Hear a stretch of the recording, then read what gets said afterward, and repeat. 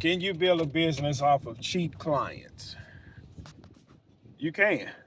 You have to ask yourself, what is it you are chasing, right? Because, and look, there's a market for everything. And here's what I mean when I say there's a market for everything. I remember when I first started my lawn business, I used to think, man, if I go to the nice neighborhoods, those people have, because I remember when I first started passing out door hangers, I was like, man, everybody over here need their grass cut. It was like a low middle class area. Didn't nobody have disposable income. So I'm handing out door hangers in this area. And the sad reality is nobody could afford to get the grass cut. So I didn't get any work. So then I kind of stepped it up, went to like a middle class area. That's when I started picking up properties. Now, I used to think if I go to the nice neighborhoods, I can pick up all the work. But see, here's what I mean by its levels. There's cheap guys out there for cheap clients, right? And then you have the guy that serve the middle class clients. And then you got the guys that serve the wealthy, right? And then you have those guys that kind of fall in between and service all three. When everybody jump in lawn care, they want to go straight to the top. It don't work like that, right? And you cannot run to the $1 million, $500,000 neighborhoods and think you're going to underbid everybody and lock everything in. Because if that was the case, nobody would be in business. You have to understand, some people want their yards a certain type of way. The landscape bed certain type of way. You want the grass cut certain type of way. They want the bushes shaped a certain type of way. You have to find your core client. I understand who my core client is. You have to understand who your core client is. And just because you run around and underbid everybody does not mean that you're going to be successful in that area. Because look, the $20 and $25, $30 guy, he got 20 clients. The $50, $60, $70, $80 guy, he got 20 or 30 clients. And the $100 on up guy, he got 20 and 30 clients. So you have to understand who your core client is, and underbidding everybody is not gonna work. I tried it. I tried it. It does not work. It does not work because you think, I'm gonna give you an example. In my area, my minimum is $70. You have some guys in this area, man, $60 is fair. Then you got some guys, man, I do it for 50. Now, the guy that's doing it for 50, he's 9 times out of 10, he's a weekend warrior. He still do good work, but he got a lot. But he have his full-time job, and then he done went and bought a commercial grade mower. So $50, that's pretty good, and he's gonna get some work. The guy, and then you got guys doing it for 60 and they do it full time. And then you got, guys like me charging 70.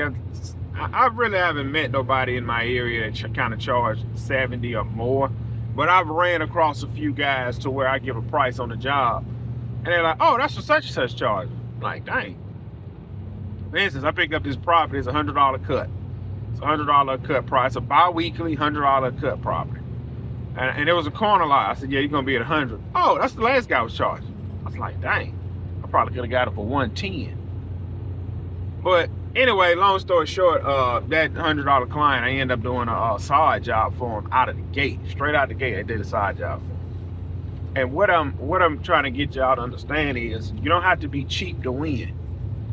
You don't have to lower your prices to lock in clients. You don't have to do that.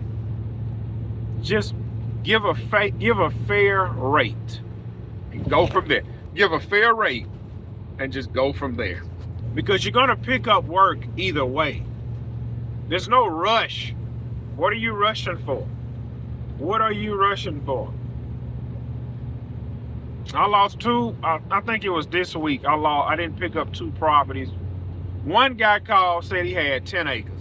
And I wasn't close enough to my truck to record. How much y'all charge for 10 acres? Is it overgrown? When was the last time it was cut? It's about $200 an acre. Yeah, no, not 2 acres, 10 acres. I said, yeah, $200 a cut. 10 acres times 200 is $2,000. Oh, never mind. Like, I could have been like, man, I charge $60 an acre. It's been $600. Bro, I'm not cutting 10 acres for no $600. I am not cutting 10 acres for $600. I'm not doing that. To some people, it's worth it. To me, it's not. Some guys, it's worth it. I remember when I was early in my business. That's funny. Wow.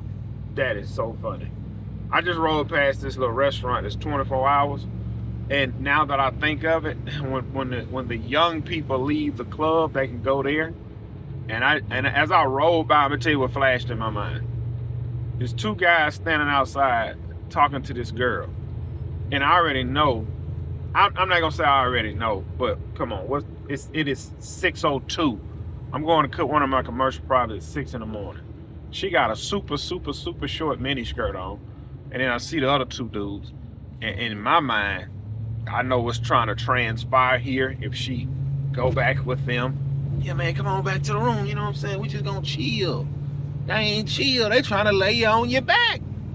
And if you would stop right there at that moment, 9 times out of 10, they like 20 and 21. She's probably 20 and 21. Dang, I don't know why I ain't get that job. That's a big job.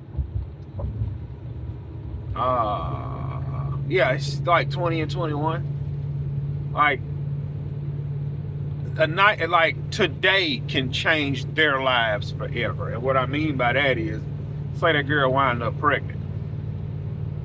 You dummy, you're on the hook for 20 years now. Like, it's funny. But anyway, you don't have to be cheap to win, bro. Like, you can charge premium prices and succeed. I was talking with a guy.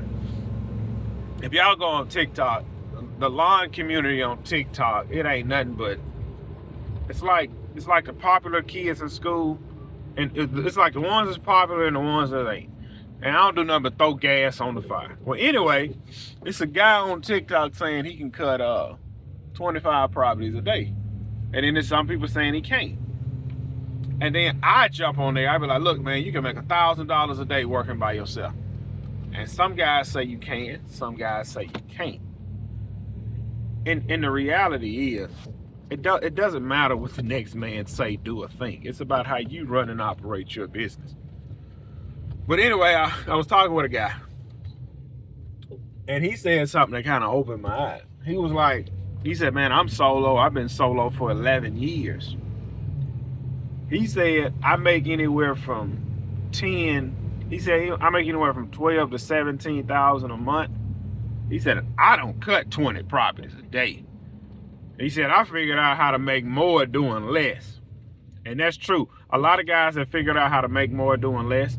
A lot of guys figured out how to do a lot to make the same amount.